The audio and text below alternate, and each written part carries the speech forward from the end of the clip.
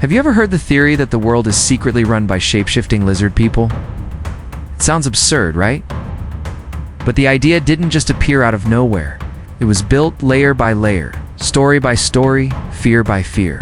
At its heart is a question humans have asked for centuries. Why do the people at the top feel so different from the rest of us? Let's dig into where this wild idea really comes from. Across ancient cultures, from the feathered serpent Quetzalcoatl in Mesoamerica to the Ingas of India, serpent-like figures appear again and again. They weren't just animals, they were symbols of immense power.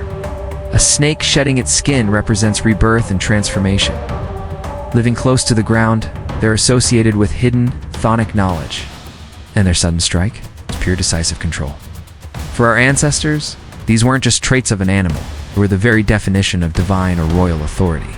Over time, myth does what myth always does. It evolves. Gods become monsters. Metaphors become memories. Eventually, those memories curdle into suspicion. The revered serpent god, a symbol of wisdom and power, slowly morphs into something to be feared, a hidden entity, pulling the strings from the shadows. The respect for its power turns into a fear of its control. Now let's talk about the underground. Nearly every civilization has a concept of an underworld. Not necessarily a hell of fire and brimstone, but a world beneath ours. A place where the normal rules don't apply, where secrets are kept, and where elites are said to disappear to perform secret rituals or hold clandestine meetings. In modern conspiracy theories, this ancient idea gets an upgrade. It's no longer just a mythical realm. It becomes secret underground tunnels, deep subterranean military bases, even entire cities built beneath our feet. Why is this so effective? Because the underground means one thing. You can't see it, and you can't verify it. It's the perfect territory for a hidden power structure to thrive, completely invisible to the public eye. This brings us to the most disturbing part of the myth, the skin suit. The idea that these beings look human, but aren't. This isn't just sci-fi horror. It taps into a deeply relatable social fear. The story says they have cold, unblinking eyes. No empathy. They make world-changing decisions without a shred of guilt. Sound familiar? This isn't really about reptiles. It's about our experience with certain people in power. When we see a leader lie with a straight face, when we feel crushed by a bureaucratic system that doesn't care. When human suffering is dismissed on a spreadsheet as acceptable loss, our brains struggle to process it. The behavior feels so fundamentally inhuman that we reach for language strong enough to explain it. And the language we find is the language of monsters. In the late 20th century, this simmering suspicion finally crystallized. The rise of global media, television, and interconnected politics created a new stage for these ideas. Writers like David Icke took these ancient threads, the serpent gods, the hidden underworld, the inhuman leader, and wove them into a grand unified conspiracy theory. He popularized the idea of a hidden, non-human elite controlling our institutions. The key twist was this: they weren't planning an invasion. They were already here. Already embedded in our governments, our banks, our media. Already winning?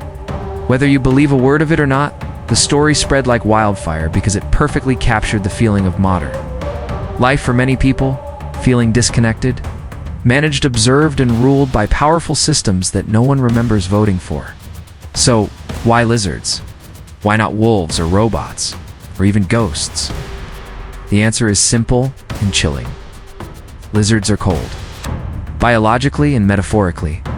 They don't nurse their young like mammals. They don't form social bonds in the way we do. They don't play. They are masters of survival. Efficient, emotionless, and incredibly patient. And that is exactly how unchecked power often feels when you're on the outside looking in. Cold, calculating, and utterly indifferent to your existence. The reptile becomes the perfect biological metaphor for a power structure that feels completely devoid of human warmth. Now, let's be absolutely clear.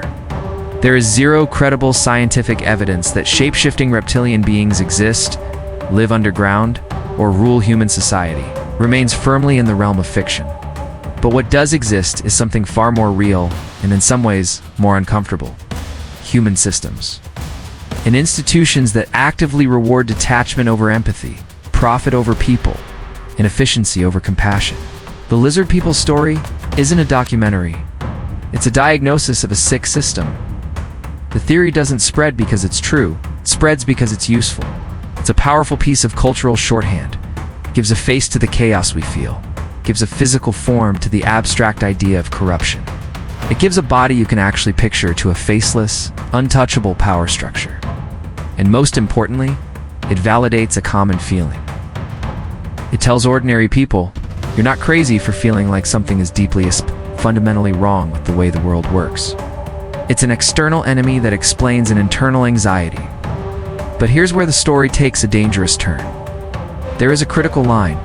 When the idea of hidden rulers stops being a symbolic critique of a system and starts being pinned on real, identifiable groups of people, that's when the myth stops being an explanation and starts becoming an accusation. That's when stories transform into weapons, fueling prejudice and hate. It's one thing to explore the idea as a way to understand our fears about power. It's another thing entirely to aim it at our neighbors. So no, I'm not telling you that lizard people run the world. But I am telling you this. The enduring power of this story reveals a profound truth about us. When power becomes so distant, so cold, and so untouchable that it no longer feels human, people will invent a story that explains why. Because sometimes believing we re-ruled by literal monsters is easier to stomach than the alternative. That the monstrous system we live in was built by regular people who, somewhere along the way, simply stopped caring about other people. Ultimately, the reptilian conspiracy isn't about them. It's about us. It shows that when power disconnects from empathy, our minds don't just question it. We dehumanize it. We do this because it's a psychological defense mechanism.